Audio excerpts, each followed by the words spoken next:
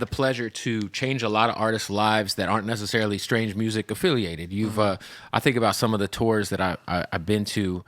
MGK. Yeah, I mean, Kendrick Lamar, J Rock. Yeah, J Rock, K Dot, Glass Malone was. I think G Malone was on that tour. Yep. Dax. Yeah, shout out to Dax. Freddie Gibbs was on tour with you. Freddie Gibbs. Look how well he's doing, man. Yeah, for sure.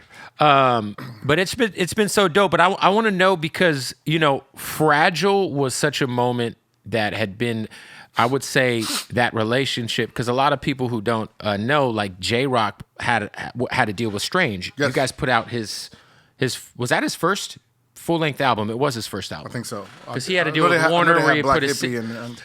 Right, but that was like his first solo album. Yeah, I think so. That came out. Follow Me Home. Follow Me Home, yeah. Uh-huh. And that was a partnership you guys had with TDE. Yes, obviously, yes, Kendrick's on the road with J Rock. Yes. Kendrick was on the road with J Rock. I almost said Ray J, dude. You know what I'm saying? Kendrick was on the road with J Rock because the guy that was out there before J Rock's kinfolk, MJ, he got killed in Reno. You know what I mean? On that tour. Damn. You know, we were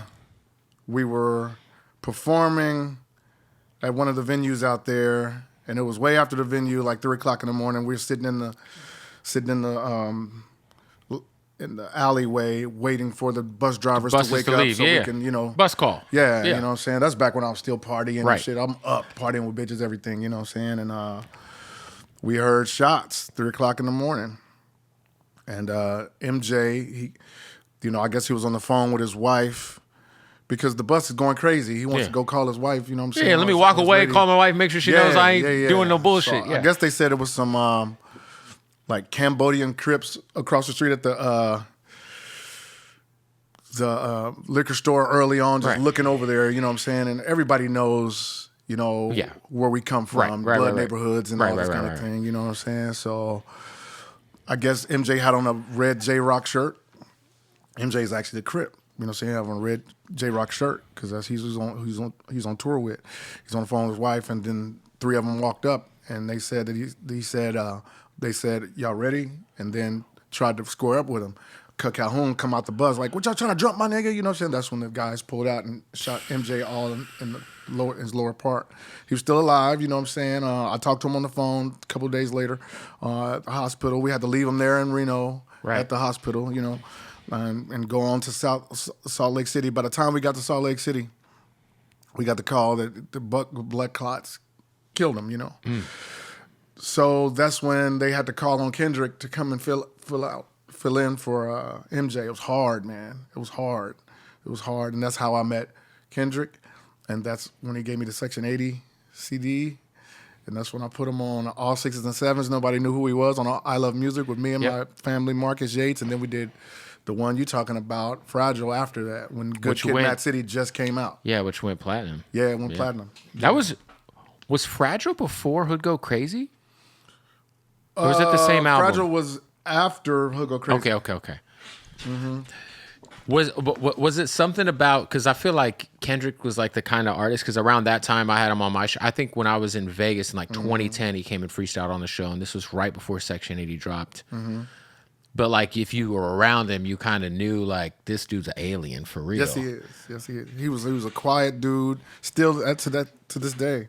But you can tell that, J Rock would play me Black Hippie shit on the bus. He was, and I'm like, who is that?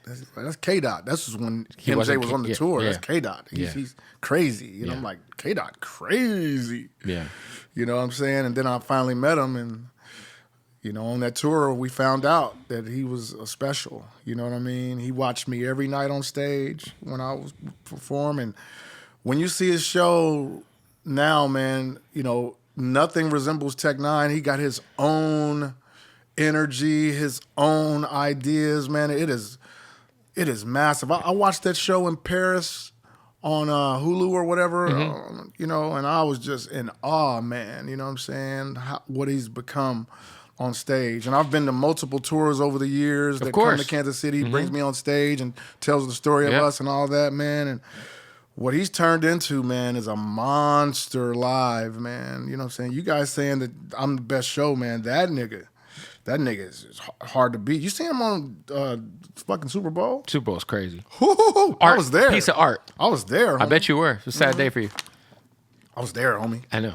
It was. I'm sure halftime was fun. I was there. I seen it, homie. At least he gave you a good show to take your mind off of the score. I know. I'm gonna tell you like this. Before he came on stage,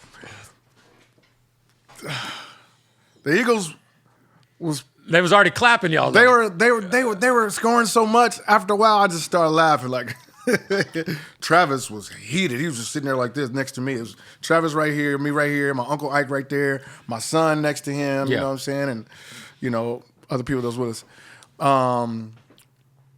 Travis was like, he wasn't laughing at all. I'm like, I'm eating my food, just laughing like this is horrible. Y'all got enough rings. It's never enough rings. Nah, for sure. Especially what it does for the city. No, for sure. You know what I mean? The parade the morale and all that kind of thing. The parade. And you have the official record. The parade we wasn't gonna have no more because the last parade they start shooting. But I feel like it's good too for. You have the anthem, so if they win, it's good for business. It is. Yeah. Red Kingdom. I wrote that shit in 2019. I put it out in 2019. King ISO did the beat. Mm-hmm. We lost a year, but it's still here after all these years. For sure. I took it off the set list though. They let me know it, and when we lost the Super Bowl, I took it off the set list. I can't brag no more. Yeah. You know what I'm saying? But the fans in Australia let me know, like, we want to hear Red Kingdom, so I had to do it a cappella. Yeah, just to give them a little taste. They got Red Kingdom up on the signs and shit. I'm like, it's just a song that people love. Who was the one artist who you brought on the road that gave you a run for your money live? Where you were just like, oh, okay, you showed up. Like, shit. I always been what it is, you know what I'm saying? No, but I'm saying like someone who you brought on the road who opened for you, where you were just like, yo, they're. No, I didn't have I ain't never had my Jay-Z DMX moment. Okay, never. Because I remember when DMX opened for Hove on the Hard Knock Live tour. Shit. I was like, I don't know how Jay-Z's following ain't nobody that ever. shit. They ain't taking nothing away from Rich. They ain't taking nothing away from MGK, J-Rock or MGK or nothing. But no, nigga, ain't nobody ever made me feel like, holy shit, I got to bring my A game. Right. You know what I'm saying? I went on before Ronnie Radke and Falling in Reverse on this last tour. You know what I mean? And I saw all the shit that they do on stage. I was like, God damn. Right. I got to step my shit up. Right. You know what I'm saying? Shit like that recently. But nah, man. I ain't never had that Jay-Z DMX moment like, ooh, these niggas out here killing it. Right. I encourage even the openers, man, tear that shit down, make it hard for me.